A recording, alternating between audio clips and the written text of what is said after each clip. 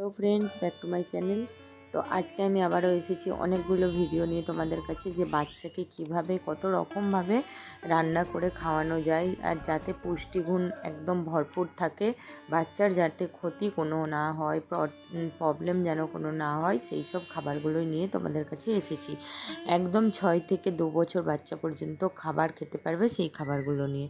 প্রথমে যেই খাবারটা দেখাচ্ছিলাম ওটা ছিল সাবুদানার খিচুড়ি।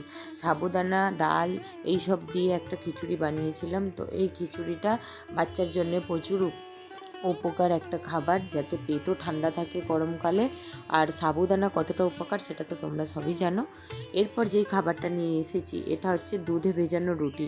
রাত্রিতে ডিনারের সময় বাচ্চাকে যদি এই দুধে ভিজিয়ে রুটি খাওয়াও, রুটি খাওয়ালে সবসময় বাচ্চাকে সেই রুটির নরম অংশটা খাওয়াবে, যেটা পাতলা অংশটা ওটা দুধে কিছুক্ষণ ভিজিয়ে রেখে দেবে। তারপর নরম হয়ে গেলে ভালো করে ওটা হাত দিয়ে চটকে ওটাকে পাতলা করে খাইয়ে দিও, তাহলে বাচ্চার পুষ্টিগুণও খুব তাড়াতাড়ি বাড়বে। এই যেটা দেখতে পাচ্ছ এটা আমি চিড়ের স্যারেলাক্স বানিয়েছিলাম বাড়িতে। চিড়ের স্যারেলাক্সটা, চিড়েগুলোকে ভালো করে পরিষ্কার করে বেছে নিয়ে একটু শুকনো ভেজে নিতে হবে চিড়েগুলোকে। খুব লাল বা কালো করার দরকার নেই, ভাজা হয়ে যাবে, একটা গন্ধ বেরাবে, তখনই ভেজে নিতে হবে। তারপর ওগুলো ঠান্ডা হয়ে গেলে মিক্সিতে গুঁড়ো করে নিয়ে রেখে দিলেই হবে। তারপর যখন খাওয়াবে ওটাকে গরম জল দিয়ে গুলে নিতে হবে, আর ফর্মুলা মিল্ক একটু দিয়ে দিতে হবে যাতে মিষ্টি মিষ্টি লাগে।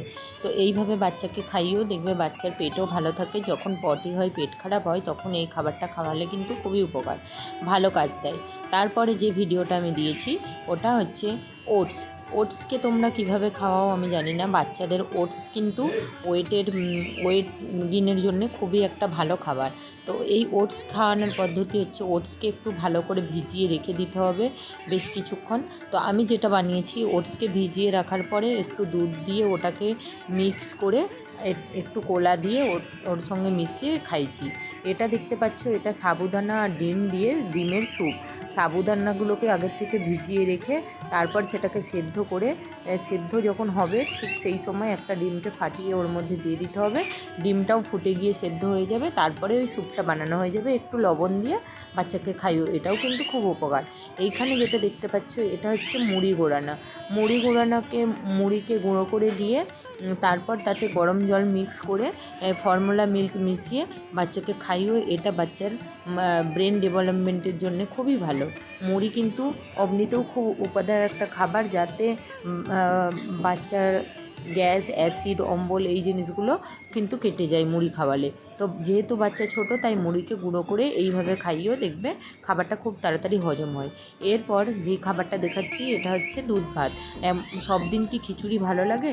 মাঝে সাঝে একটু দুধ ভাতও বাচ্চাদের ভালো লাগে। বাচ্চাকে ভাতকে ভালো করে চটকে মেখে নিয়ে একটু লবণ দিয়ে, তারপর এর মধ্যে কেউ বড় বাচ্চা হলে, ধরো 1 বছরের বাচ্চা হয়ে গেছে, তখন তাকে গরুর দুধ দিলে, নাইলে একটু ফর্মুলা মিল্কের সাথে গরম জল গুলে নিয়ে তারপরে ওটা দিয়ে মাখিয়ে দিয়ে দেবে, দেখবে বাচ্চা খুব ভালো করে খাবে। তারপরে যেটা দিচ্ছি এটা একটা খিচুড়ি। সবজি দিয়েছি, গাজর, আলু, মসুর ডাল এসব দিয়ে সেদ্ধ করে নিয়ে মিক্সিতে পেস্ট করে নিয়েছি। বাচ্চাকে আমি কিন্তু 1 বছরের আগে পর্যন্ত মিক্সিতে পেস্ট করেই খাইয়েছি।